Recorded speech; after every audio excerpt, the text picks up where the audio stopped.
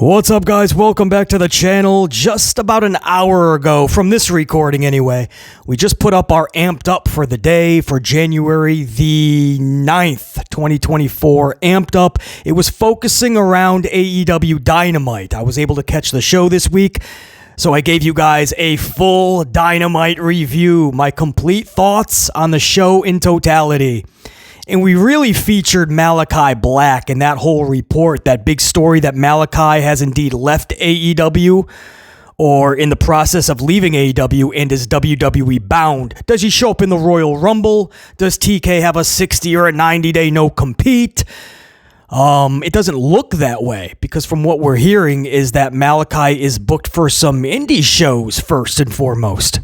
So he's kind of booking himself. I still have to double source that, double verify that. But it doesn't look like there's a no-compete, but we still have to find out a lot more. But it does look like Malachi is going back to Alistair. So that's a big story we touched up on as well. So all of that was the focal point of the Amped Up that went up about an hour ago. However, we did talk a couple other things as well. Numbers and ratings. The NXT number completely got rocked. If you know what we're talking about, you know what they pulled. If you don't know, you're going to want to catch that upload, because we talk all about it. I had to do a triple take at that NXT number this week. We talk all about it, and we also talked Raw's number. I can't say rating anymore, because it's completely different than Nielsen ratings. And even the way Netflix does household viewership is completely different. So you can't easily equate the two. It's not like transferring or translating yen to American dollars. It is so difficult. I'll use Hunter's word, right? It's so difficult to try to equate ratings and translate them into household viewership from Netflix. But we're trying. All of us numbers guys, we're trying, man. But earlier, the latest number that we had was 700,000 households, and we had no other info other than U.S. households was 700,000 viewership, and it just didn't add up. The number is way too low no matter which way you slice it. Even if WWE just had a horrendous night, a horrendous debut on Netflix, it still wouldn't add up. There's no way they could have gone that low. But that's the only number we had, and Netflix was not releasing any more info. So for about 5 minutes in that upload that we put up an hour ago, it was just BC talking in circles. Like, we just need to find more info. I was going to do my due diligence, I told you guys. And we got more info. Literally, when that was being put up, Netflix was releasing more info. And this is completely different, but more to what we were expecting, right? 2.5 million household US-wise. And they're claiming now 2.4 to 2.6 for U.S. households. 2.4 to 2.6 million for U.S. households. Globally, 4.6 to 4.9 million. Globally, guys, that is not U.S. I know a lot of people are going to see that 4.6 or even 4.9 and think that's a rating like Nielsen when they were getting 1.5. And go, BC, it's quadruple. But it doesn't work that way. But at least 700,000 households for the U.S., like we heard over the last 24 hours, at least that has been more than tripled. I do believe they inflated the numbers. Netflix always does that. But even if they pulled a 2.2, 2.3, and they inflated it to a 2.4 to 2.6, it's what they do. They're in good business with WWE because they do that as well with like WrestleMania, with like any attendance. They'll raise it by thousands and thousands of fans, of seats, and tickets sold. So I have no problem with them doing that. I just wanted a more accurate number. I knew something had to have been up. 700,000 didn't seem right. So now we have clarity. So if you're not a numbers person, all of this was probably confusing anyway. It's right up there in line with WWE's booking. It's just, right? I'm just adding to the confusion at this point. But It's going to be like that for a while. I think all of us that love following the numbers and the trends and the metrics and the statistics, I think it's going to take a while for us to hammer down how to translate and equate what used to be Nielsen household into Netflix household. And then you have to factor in as well that Netflix will embellish. Netflix absolutely tacks on.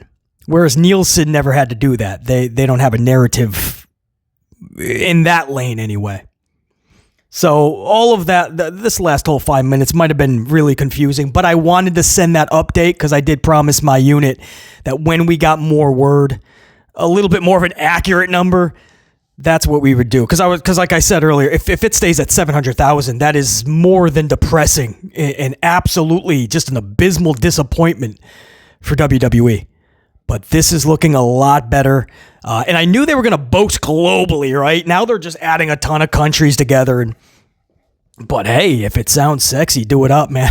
I mean, that sounds a lot better than the Nielsen rating when they were just popping a 1.4 or 1.5.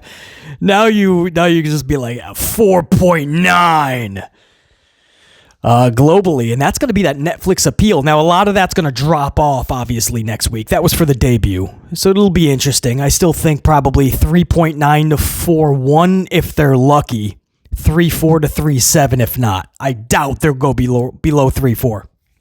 If so, Netflix will embellish for sure. There's no way you're going less than that. So I won't bore you guys with any more of that talk. I just wanted to send that update, a much better number, much more realistic for Raw on Netflix. I thought we were all going Looney Tunes for a second, man. I'm like, 700,000. Just end the contract now. If you're Netflix and WWE, just part way, because that didn't work. So we do have clarity. Much better for all parties involved. Second update. This is more for WWE, not anything to do with my upload earlier, but WWE has announced a big match for this Monday night. Damian Priest versus Finn Balor in a street fight. Now, I wanted to talk about this because it caught me off guard because at first I thought I was going to go, oh, another rematch. Come on, man. And it is. And I kind of am. But I was more hit with the wave of this is your chance, Hunter Helmsley, to get uber creative and actually show the audience how and why the show is different now on Netflix. This is the perfect opportunity. A street fight is exactly what they need, guys. But here's the caveat. Here's the asterisk. They have to actually take it to the street. That's what's going to make this feel better. Every time there's a street fight, BC cuts a review the next day. And what do I tell you guys? It was nothing to do with a street fight. They hit each other with some trash can lids, kendo sticks, steel chairs. Somebody went through a table, and we called it a night. We called it a street fight. I don't know how many street fights you guys have been in, but I can't remember too many trash can lids, kendo sticks, or going through too many tables, unless it is at the bar. But again, that's not the street fight. That's a bar fight. We have to change it up. What if, crazy concept, I know it's not the premiere, but it's still the early stages of Netflix in holding Raw and showing the audience why they should care, why they should feel and believe that this is a different product. This is Hunter's opportunity. You're promoting this matchup that's already a rematch. We've already seen this. Right? First time we've seen it triple threat recently. They added Gunther in there. But we saw the first one-on-one, what was it, October 5th, Bad Blood maybe? Something like that. We've seen this. So now is your time if you're going to promote this days in advance, and this is what's supposed to get people excited. Deliver. It is you're calling this a street fight. Are they seriously just going to tap each other with trash can lids and kendo sticks? Are they just going to go maybe into Gorilla and maybe a little bit, a few steps into the backstage area? Or are you going to take it to the street? You guys know I'm right. If you had the creative pen and somebody said, your boss said, all right, you got the creative, but what I want is Balor Damian street fight. What would you do? You would think, okay, Balor. Okay, my boss wants Balor and Damian in a street fight. So now what do I do creatively? Okay, Let's go to work. Let's actually cook. Let's take it to it's called a street fight. If I'm watching a bar fight, I probably want them to be in the bar. If I'm watching a supermarket brawl, I probably want them in a supermarket. So take it there. All the stuff you could do, right? Have JD McDonald's with a car full of fries. Pull up, clip Damien, right? Have a stunt planned. Damien gets clipped, but somehow wills his way back to his feet, right? If you want Balor to win, you could have him taken out by vehicles, or I don't even care. Steal a golf cart, chase him down by who was that? Who was that? Sammy Guevara back in AEW. Remember he was being chased by a golf cart? I think it was Matt Hardy looking all wild. I forgot if that was Sammy Guevara. I forgot. Somebody was being chased down by a golf cart. You could do so much fun stuff. Take it to the street. Captivate us, man. It's at least 3 hours of a show. Tell us it's not the same thing that we've been getting for 15 years. It starts with those little things that are not so little. You call it a street fight? Cool. Let's watch a street fight. Start in the ring. That's fine. Take it to the backstage and then leak out. It just takes one door to get you from backstage to the street. Do it, man. It's a world's of difference. And then we can start believing in what's being promoted. So now when we hear like street fight, we gotta watch this. This ain't about kendo sticks and trash can lids. Or somebody going through a thin piece of table, which, you know, these days a wrestler lays down to take the spot and the table breaks before the wrestler can even do the spot. Just the wrestler laying down broke the table. These are the spots we get in street fights. So I'm taking a different approach. Instead of just being jaded to it and just another rematch, I'm saying this is the opportunity, man. Right, it's not just nitpicking to nitpick or be negative to be negative or to hear myself talk. I'm trying to help. This will attract viewers. This will get people talking about it. Did you see Balor and Damien in the street? Did you see McDonald's roll up? He tried to run the dude over. Freaking Dominic Mysterio's up on the roof trying to distract Damien. You could do so much, bro. I get goosebumps. I start thinking about all the creativity that you could put into this. I'll leave it at that because I don't want to amplify book this and then it's just the stupid trash can lids and kendo sticks and they call it a day and then everybody goes, PC, why did you make it sound so good, man? We should have had your booking. Yeah, I wish we did. The good news is there's days left to get there.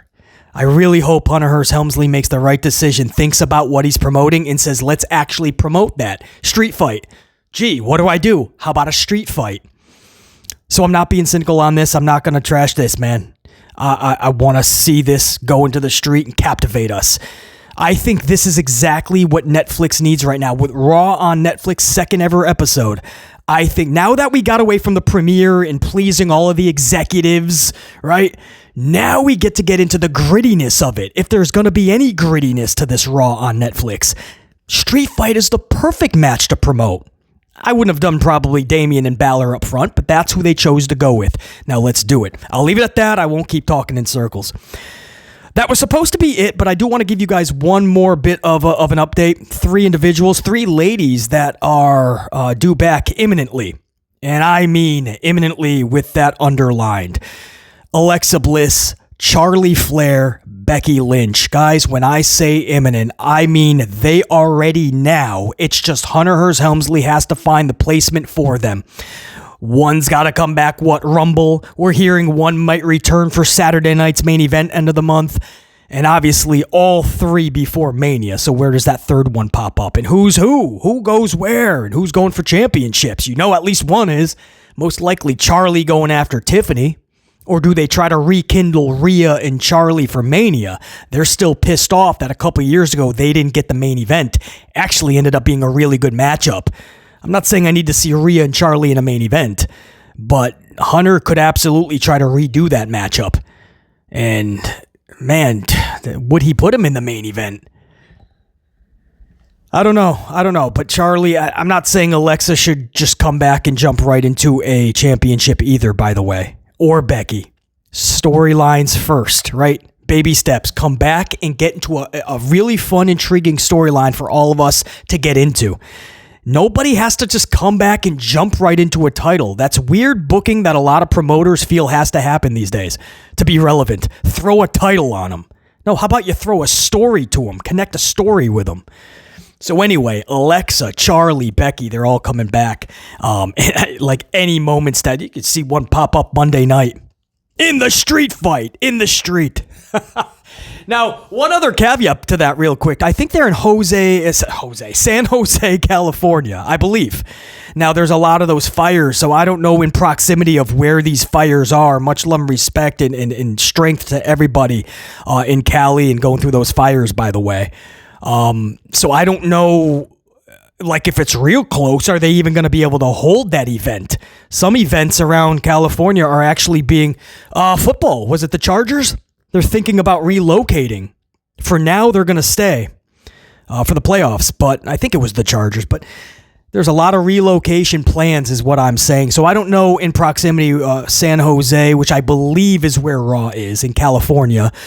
I don't know how close in proximity of these fires, but if it is there, and if there is no threat or harm to the event, then take it to the street, right? Wouldn't that be wild if they're in the street and all of a sudden the fires are off in the distance? Damn, right? Then WWE is the first to break this. And then you better evacuate that whole damn arena. Damn, man. But that's the first thing is just making sure everybody's safe and good. So yeah, I don't know. I don't have a map on me. I don't know exactly where these fires are, but as of now, the event is still taking place in California, guys. So, because I was just thinking, can they even take it to the street? What would it be, right? Because if they're in Maine in the winter, right, it could be a snowy street, you know, which is more fun. Have somebody get ran over by a snowplow. That's all I got for you. A lot of coffee. BC's getting loopy over here. Until next time, there will be that next time. Tomorrow, a huge amped up leading into SmackDown and, of course, a SmackDown review. So a lot of content still to come this week. Smash that up if you don't mind, guys. And check out that upload we put up just about an hour and a half ago. It's the amped up for today. Focusing, yes, on AEW Dynamite, but even if you don't watch Dynamite, check it out. We talk about a lot of things in that 50-some-odd minute upload, amped up for Thursday, January 9th, 2024. Check it out. It's already on the channel for everybody, not just channel members, everybody. So smash the up on there too. Go over there, smash the up, all the things, subscriptions, notifications. You guys know the deal. Until next time, there will be that next time. BC in the Unit 44 dive. We rollin'. And we're wrapped. Check you. Salute.